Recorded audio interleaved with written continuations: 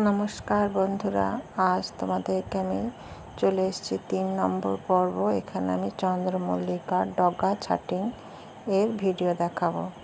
তো গাছগুলো তোমরা 1 নম্বর 2 নম্বর যে আমি চন্দ্রমল্লিকার কাটিং ও পরিচর্যা দেখিয়েছিলাম সেগুলো তো অবশ্যই দেখেছো, যে গাছগুলো প্রথমে কাটিং করে কিভাবে বালির মধ্যে আমি চারা করেছিলাম এবং তারপর সেগুলো গোবর আর মাটি দিয়ে কীভাবে আমি এই কিছুটা পলিথিন ব্যাগের মধ্যে আর কিছুটা এই টবের মধ্যে লাগিয়েছি। তো ঠিক এর 20 দিন পরের ঘটনা। 20 দিন পর আমি এবার গাছগুলো যাতে আরও ফ্যাংরা গজায়, অনেক শাখা প্রশাখা হয়, যত ডালপালা হবে তত বেশি ফুল দেবে, সেই জন্য আমি ঠিক এইভাবে এইগুলো কেটে, আমি কাটিনি যদিও, আমার বর এই কাজটা করছে, তো আমি একটু ক্যামেরা ধরতে সাহায্য করছি। ওই গাছগুলো একটু একটু করে মাথাটা খুব সামান্য, দেখো খুব অল্প একটু করে ওগুলো কেটে দেবে। আর এইটা যত এইভাবে কাটবে তত নতুন নতুন ডগা গজাবে এবং সেই নতুন নতুন যে ডগাগুলো গজাবে সেইগুলো থেকেও ঠিক একই প্রসেসে এইভাবে কেটে দিতে হবে। তাহলে কি হবে, অনেক অনেক অনেক শাখা প্রশাখা হবে এবং গাছটা অনেক ঝাঁকড়া হবে এবং প্রচুর ফুল দেবে।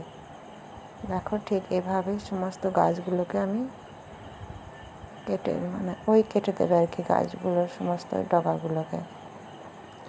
তো যাই হোক, এই কটা এবছরের লাগানো, আর ওইদিকে 2টো ছিল, আর বাদবাকিগুলো গত বছরেরগুলো আমি যেহেতু কেটে দিয়েছিলাম, ডগা ছেটে দিয়েছিলাম, সেই জন্য ওগুলোও আবার নতুন করে আবার এই পিঞ্চিংটা করতে হবে সমস্ত গাছগুলো। আর আগাছা থাকলে আগাছাগুলো মেরে দিতে হবে।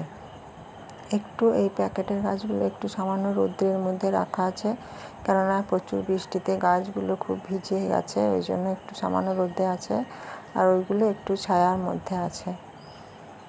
এখন এই গাছগুলো সমস্ত চারিগুলো কাটা হয়ে গেছে একটা একটা করে।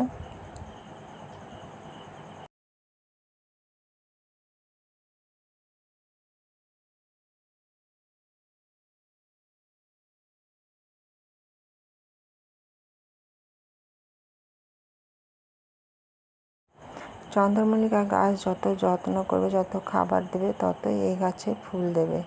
এইগুলো একটা ছোট প্যাকেটের মধ্যে আছে। এবার তোমরা যদি পারো তো এগুলো থেকে আরও 12 ইঞ্চি টবে যদি লাগাতে পারো প্রচুর গোবর সার দিয়ে, তাহলে এগুলো খুবই সুন্দর গাছ হবে। তো যাই হোক, আমার ওগুলো দেওয়া কাটিংগুলো হয়ে গেছে। এখন তার 4 থেকে 5 দিন পরের ভিডিও আমি তোমাদেরকে দেখাচ্ছি। এই দেখো, এই কৌটোর মধ্যে আমি চায়ের পাতা রেখে দিয়েছি। এই চায়ের পাতাগুলো চা ছেঁকে নেওয়ার পর সেগুলো ভালো করে ধুয়ে, চিনিটা ধুয়ে দিয়ে এই কৌটোর মধ্যে আমি রেখে দিয়েছিলাম। এগুলো এখন 1 কৌটো হয়ে গেছে। এগুলো সমস্ত যে কোনো গাছের গোড়াতেই তুমি দিতে পারো, এগুলোতে প্রচুর পরিমাণে গাছের সার তৈরি হয়। তো যাই হোক, আমি একটু একটু করে নিয়ে সমস্ত গাছের গোড়া থেকে একটু সাইডে সমস্তগুলো দিয়ে দিচ্ছি। এবার গাছগুলো একটু সামান্য করে উপরটা খুঁড়ে দেবো, যেন গাছের গোড়াতে কোনো আঘাত না লাগে। এভাবে সমস্ত গাছগুলো আমি চায়ের পাতা দিয়ে দিয়েছি এবং এভাবে গাছগুলো একটু একটু করে খুঁড়ে দেব।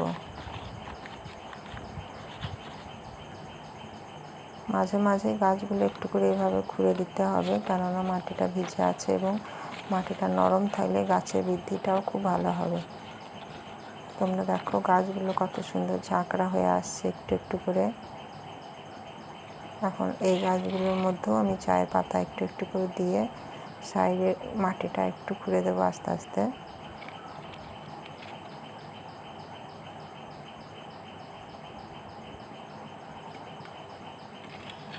চায়ের পাতা গোলাপের গাছের ক্ষেত্রেও খুব ভালো, এবং তাছাড়া যে কোনো গাছে চায়ের পাতা দিলে গাছ খুব সুন্দর হেলদি হয় এবং প্রচুর পরিমাণে খাবার পায়।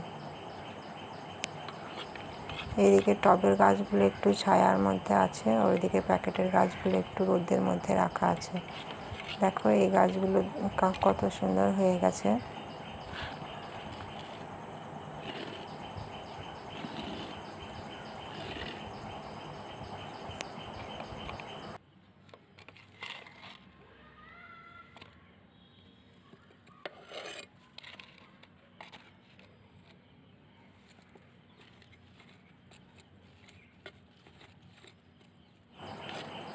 তোমরা যারা বাগান করতে ভালোবাসো তারা অবশ্যই এই ভিডিওটা দেখবে এবং তারা এখনও সময় আছে চন্দ্রমল্লিকা লাগানোর, কারণ চন্দ্রমল্লিকা গাছ ফুল দিতে দিতে সেই জানুয়ারি। তবে হ্যাঁ, গাছগুলো পুষ্টি হয়ে গেছে বলে যদি কুঁড়ি চলে আসে তো সেই কুঁড়ি ছেটে দিতে হবে অক্টোবর মাসের মধ্যে, না হলে গাছ আরও বড় হবে না এবং সেই কুঁড়িগুলো থেকে ফুলও অতটা সুন্দর হবে না। কারণ শীতের সময় না এলে ফুল মানে চন্দ্রমল্লিকার ফুল দেবে না। কুঁড়িও চলে এলেও খাবার বেশি দিলে হয়তো কুঁড়ি চলে আসতে পারে, কিন্তু সেই কুঁড়িটাও কেটে দিতে হবে এবং কেটে দেওয়ার ফলে আবার নতুন ডগা বেরোবে, আরও ঝাঁকড়া হবে গাছ। যখন ডিসেম্বর মাস মানে নভেম্বরের শেষ দিক, ডিসেম্বরের প্রথম, তখন কুঁড়ি এলে রাখা যেতে পারে, কিন্তু অক্টোবর মাসের মধ্যে কুঁড়ি এলে সেই কুঁড়িগুলোকে কেটে দিতে হবে। এখন দেখো আমি কিছুটা নিমের পাতা শুকিয়ে রোদের মধ্যে শুকিয়ে এমনি করে হাতে করে গুঁড়ো করে নিয়েছি, দিয়ে গাছগুলোর মধ্যে, গাছ ও মাটির মধ্যে একটু একটু করে ছড়িয়ে দিচ্ছি। তাতে করে পোকামাকড় ও পিঁপড়ের অত্যাচার থেকে, মাটিটা প্রচণ্ড ভিজে আছে, পিঁপড়ে হচ্ছে, তাই ওই জন্য আমি এগুলো ছড়িয়ে দিচ্ছি। নিম পাতা গুঁড়োটা সারেরও কাজ করে, গাছের খাবারের কাজ করে, আবার পোকামাকড় তাড়াতেও সাহায্য করে। ওই জন্য নিমের পাতাটা আমি ভালো করে শুকিয়ে হাতে করে খুব সুন্দরভাবে মুড়িয়ে দিয়ে দিচ্ছি। আবার পরে ভিডিও ফিরে